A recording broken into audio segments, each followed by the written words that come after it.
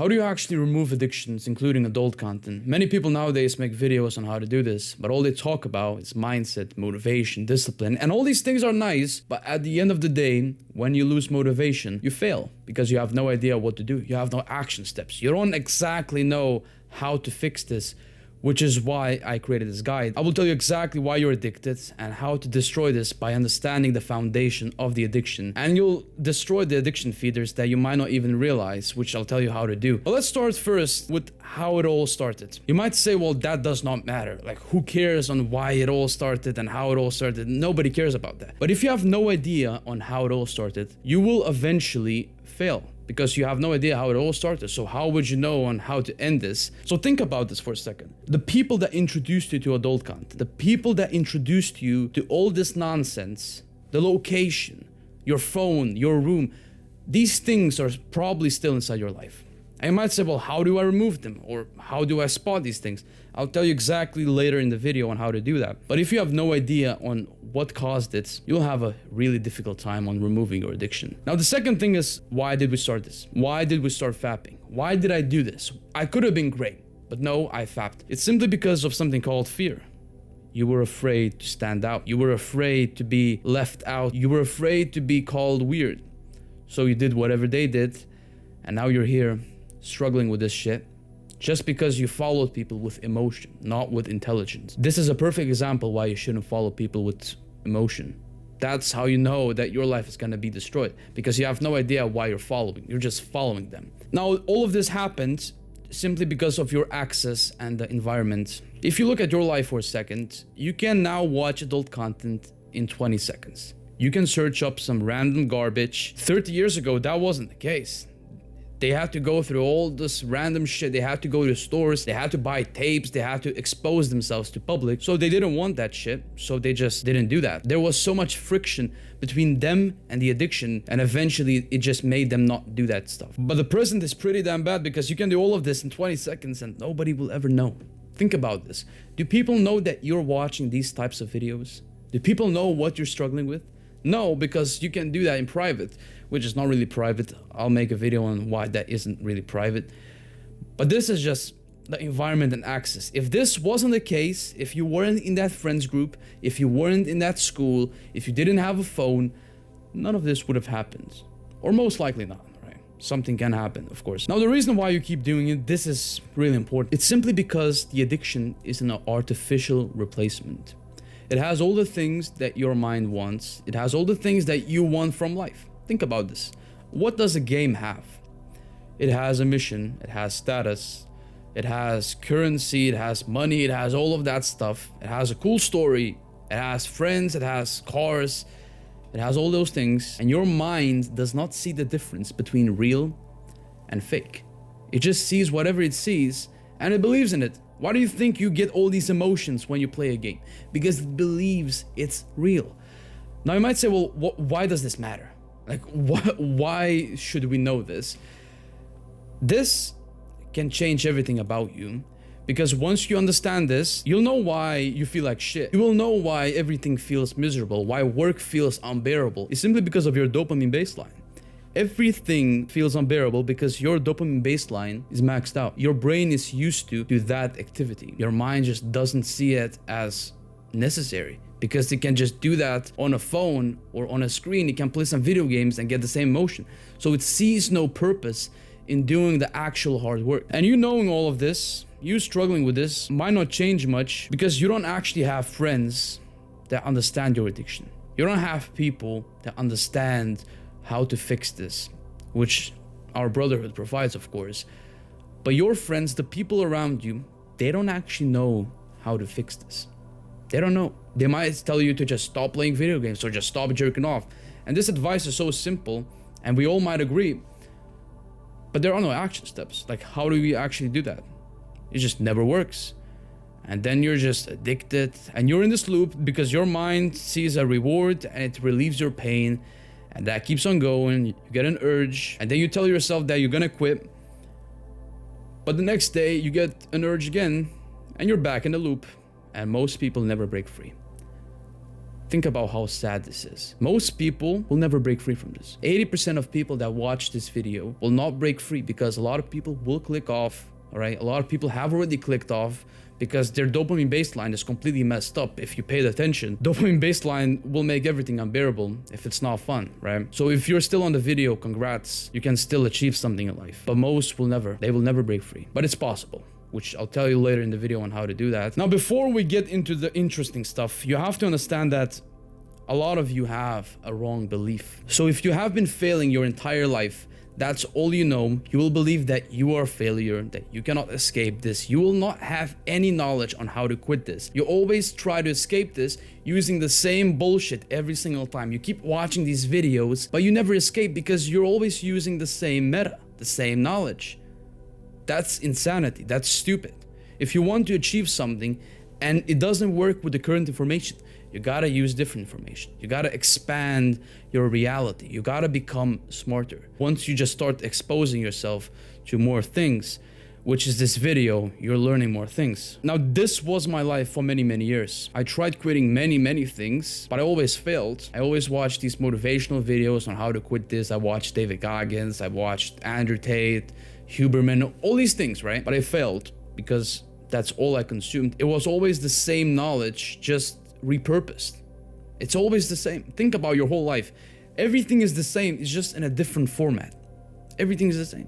You need to expose yourself to different critical information, which I'll cover down the line on how to do that.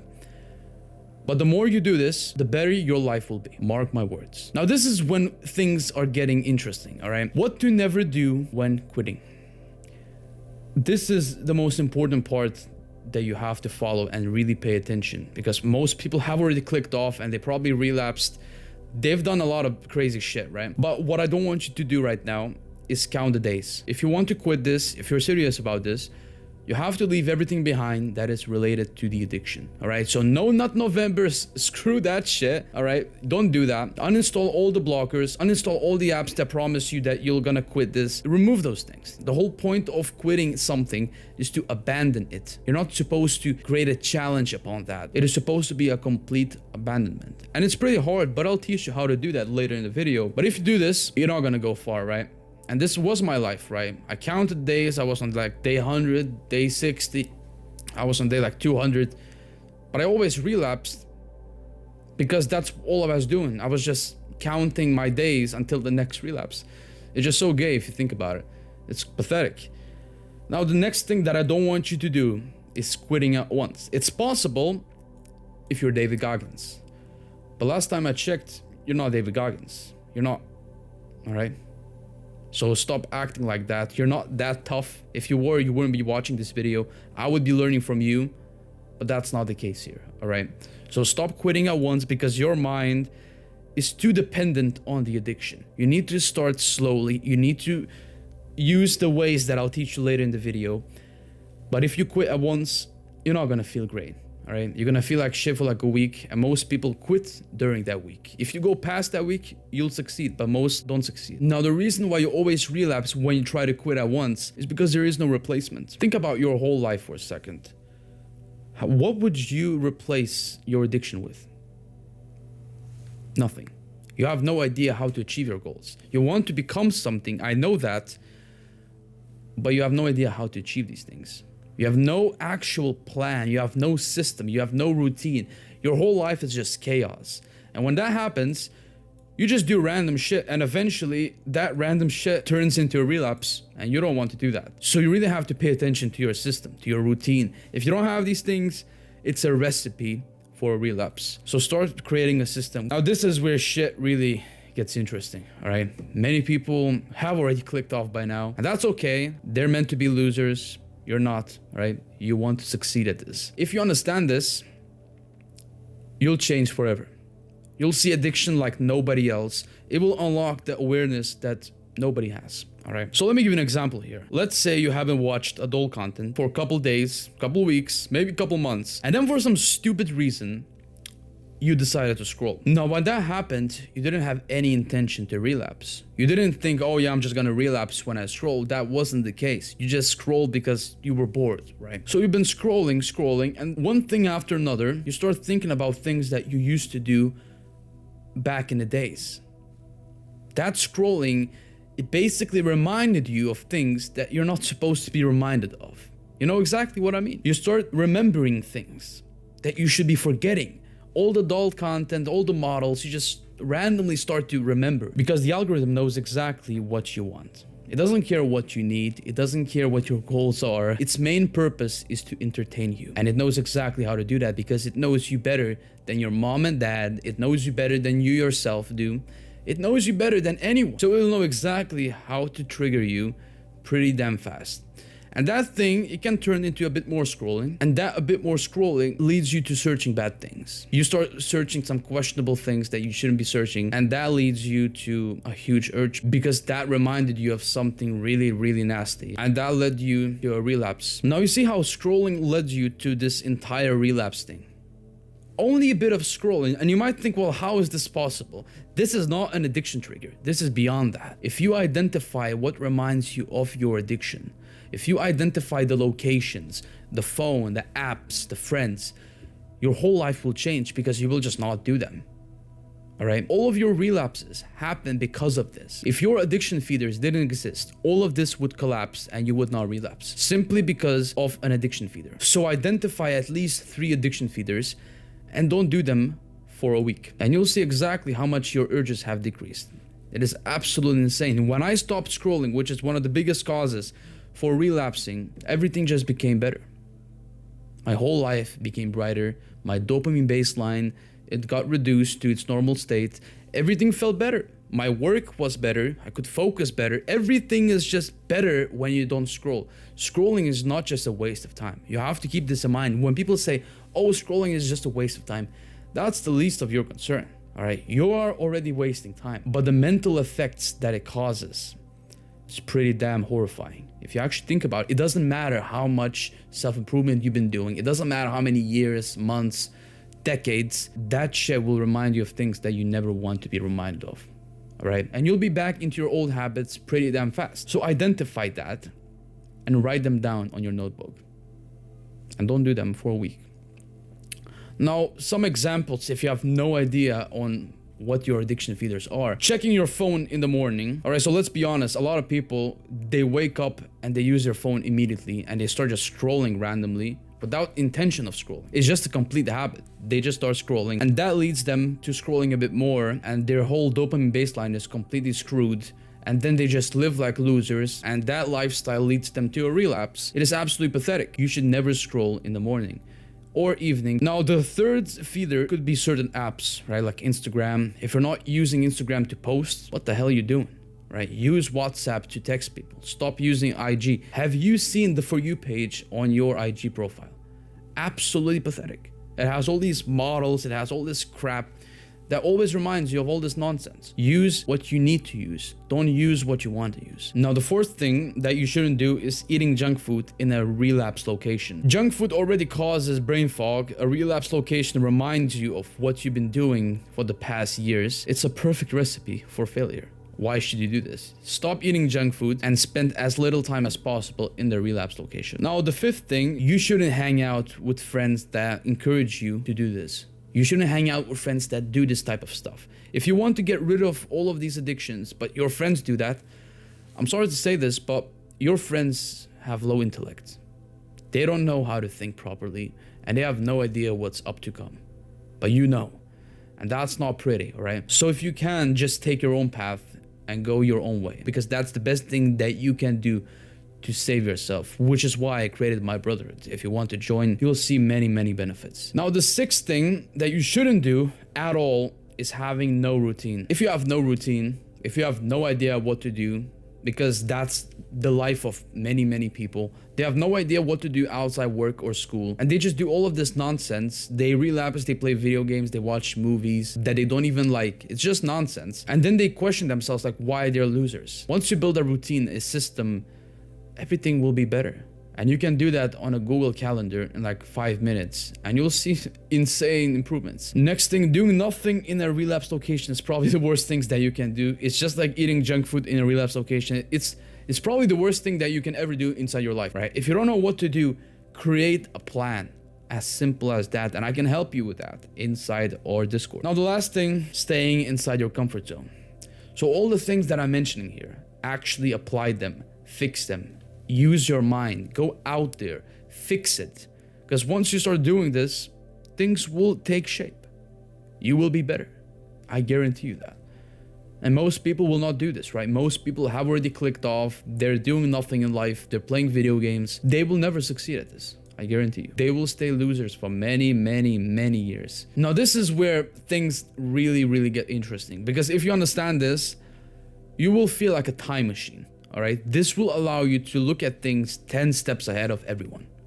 You will see things like nobody else. It's simply called the second order consequences. Now, of course, you might think, well, what the hell is this bullshit? Let me tell you something. So basically, this shows that one action that you made somewhere in the past that looked harmless caused all of this nonsense. So if you're addicted to adult content, if you're addicted to other stuff, it all started at this one thing, this one friend, this one location that looked harmless. You thought like, why not do that, right?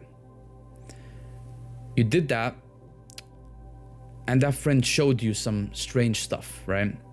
You watched a bit of adult content. Now that wasn't the worst part, right? The worst part was when you started watching it weekly. Now when you started watching it weekly, your dopamine system got damaged, and that caused you to watch more adult content because you were bored. You watched more and more stuff, hardcore stuff, and then you watched it daily, and then you started wasting a lot of time. You started to skip gym. You started to get fat. Now, of course, at the same time, you started to skip school a bit. Your grades were decreasing. You were disliked by your parents, and that led you to lonely and being fat, and then you were just completely addicted to adult content.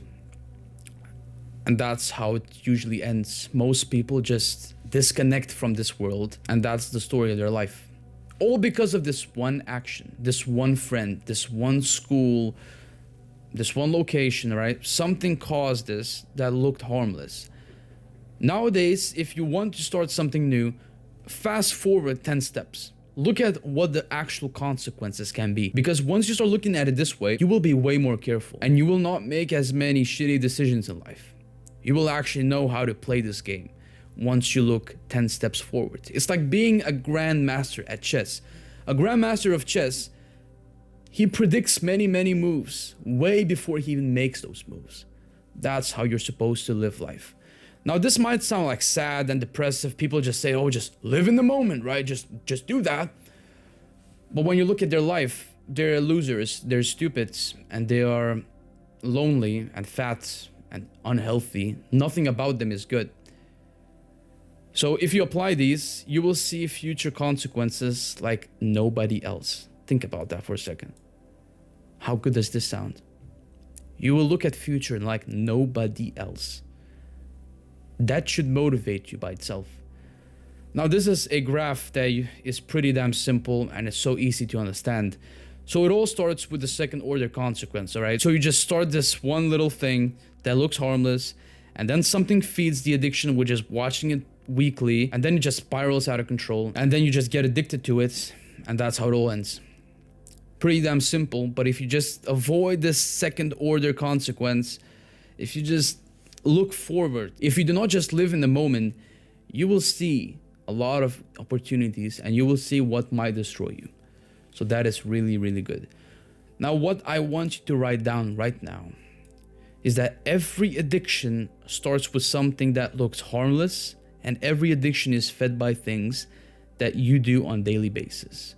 So the things that I mentioned, addiction feeders, find those things. Scrolling is probably a huge factor, all right? Remove that, reduce that, and you will see a huge improvement. A location can be an addiction feeder as well, but you have to find that for yourself. Now, the action steps for today and for this week and for the next couple of weeks is identifying your addictions, right? You already know it's adult content, playing video games, whatever it may be. You identify them, and then you identify your addiction feeders.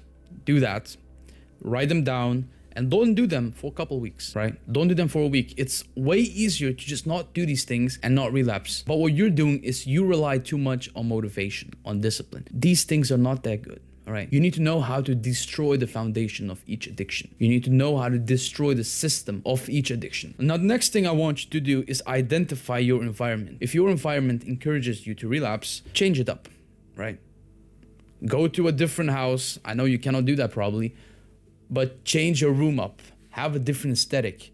Make it different. Have it a different style. That's what you need. Because once you start changing things up, your mind will look at it as different. It will not look at it as the relapse location. It's pretty damn interesting, and this might sound like I'm pulling this out of my ass, but the more you look at it this way, things will make a lot more sense. Now, like I said, don't do these things for a week or two, and just look at the benefits. You'll be surprised. I hope this helped you.